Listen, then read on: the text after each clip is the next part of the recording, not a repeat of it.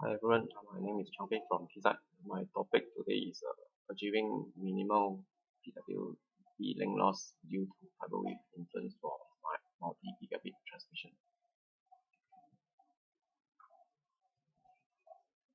Content of sharing for today include intro of fiber wave in PWB, followed by analysis and results, and wrap up with a summary. Intro of fiber wave. The board dielectric substrate is composed of woven fiberglass that is strengthened by epoxy resin.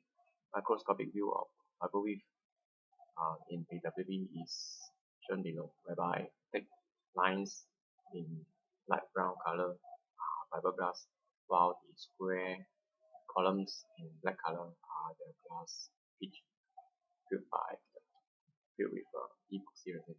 There are a number of woven styles with different resin pitch ratio. For example, 68% for woven pattern 106 and 15% for pattern 3313. A lower resin ratio refers to higher glass density. Next, the glass material has electric property that vary tremendously versus the resin. For example, any glass has relative permittivity of 4.4 versus 3.2 for resin.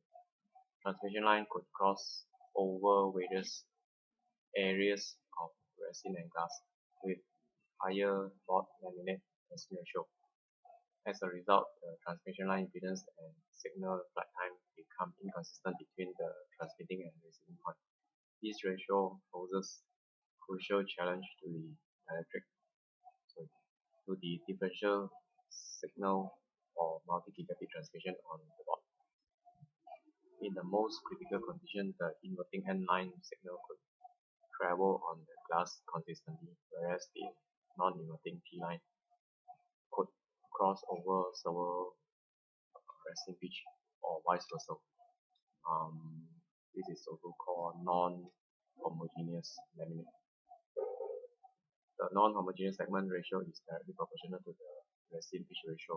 Due to the inconsistent flight time encountered by the P line signal, the phase difference between the N and P line signals would be very much less than 180 degrees upon reaching the receiving point.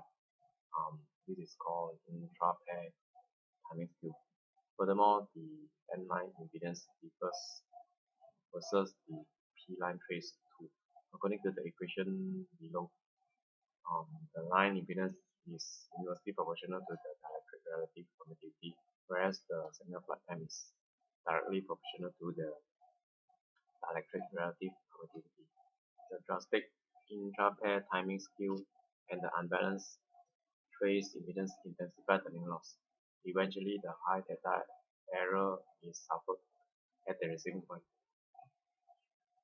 Next, analysis and result for 2D EM microstrip modeling. The modeling is built using KeySight and advanced design system, the topology is shown below. The differential microstrip has 5 mm trace width and 10 mm intra-pair spacing and 10 inch in full length. The line from port 1 and 3 is the P line, whereas the port 2 and port 4 is the N line. In homogeneous segment, the NE glass is applied on microstrip models for both the N and P line, whereas in non-homogeneous segment, the NE glass and resin is applied for the P and N line respectively.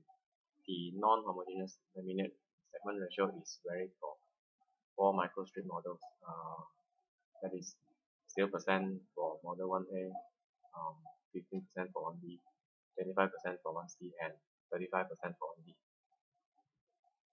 Next, I'll show you the plots of channel loss and line impedance. For model 1A with 100% homogeneous laminate, it faces the lowest SD towards line loss, which is minus 4 dB at fundamental frequency 10 GHz due to the balanced impedance for both P and N line, which is 50 ohm. The link loss of model 1A is contributed solely by the dielectric loss of the NE glass. Model 1A serves as the reference to calculate the link loss due to the fiber wave influence for the other 3 microchip models. The link loss magnitude difference between 1A and 1B is equivalent to the loss contributed by solely by the fiber width for 1B. For all other models, the unbalanced impedance is encountered by P line, 50 ohm and N line 53.5 ohm. In the non-homogeneous segment, the fiber width influence due to the non-homogeneity becomes significant beyond 1 GHz. 1B with 15% non-homogeneous segment encounters slightly higher SDD1 of minus 4.8 dB at 10 bit. Additional 0.8 dB loss versus 1A due to the fiber width influence. Meanwhile, model 1C and 1B with more than 20% non-homogeneous segment suffers more severe SDD1 at 10 GHz. That is additional 3 dB or more loss versus 1A due to the fiber width influence. These plots indicate that the plot link loss become more critical once the non-homogeneous segment ratio is increased beyond 15%. Next, eye diagram analysis. Eye diagram is analyzed using Keysight and advanced design system.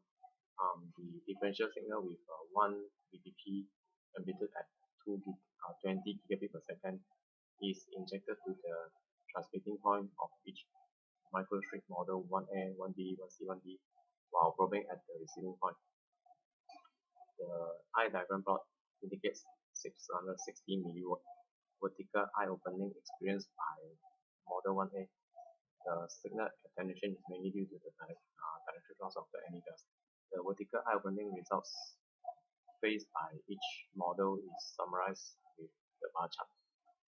The slightly smaller vertical eye is experienced by model 1B, which is 608 milliwatt or 7.8% attenuation with reference to 1A, caused by the fiber width. Meanwhile, 1C encounters a much smaller vertical eye, 467 milliwatt or 29% attenuation, whereas the smallest vertical opening is suffered by 1B, which is 268 milliwatt or 59% attenuation. This indicates that the microstrip model non-homogeneous segment ratio beyond 15% suffer signal attenuation of more than 10% solely due to the fiber width influence. In summary, this paper shows that by maintaining the board laminate non-homogeneity ratio below 15%, the link loss due to the fiber width influence is below 1 dB and fundamental frequency 10 GHz.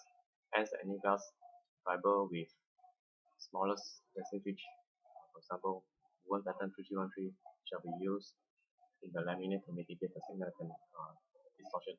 The board link loss contributed by the fiber width shall be kept below 1 dB at fundamental frequency to allow more headroom for distortion due to the other factors, for example, jitter, crosstalk, surface roughness, and so on. That's all for my sharing. Thanks.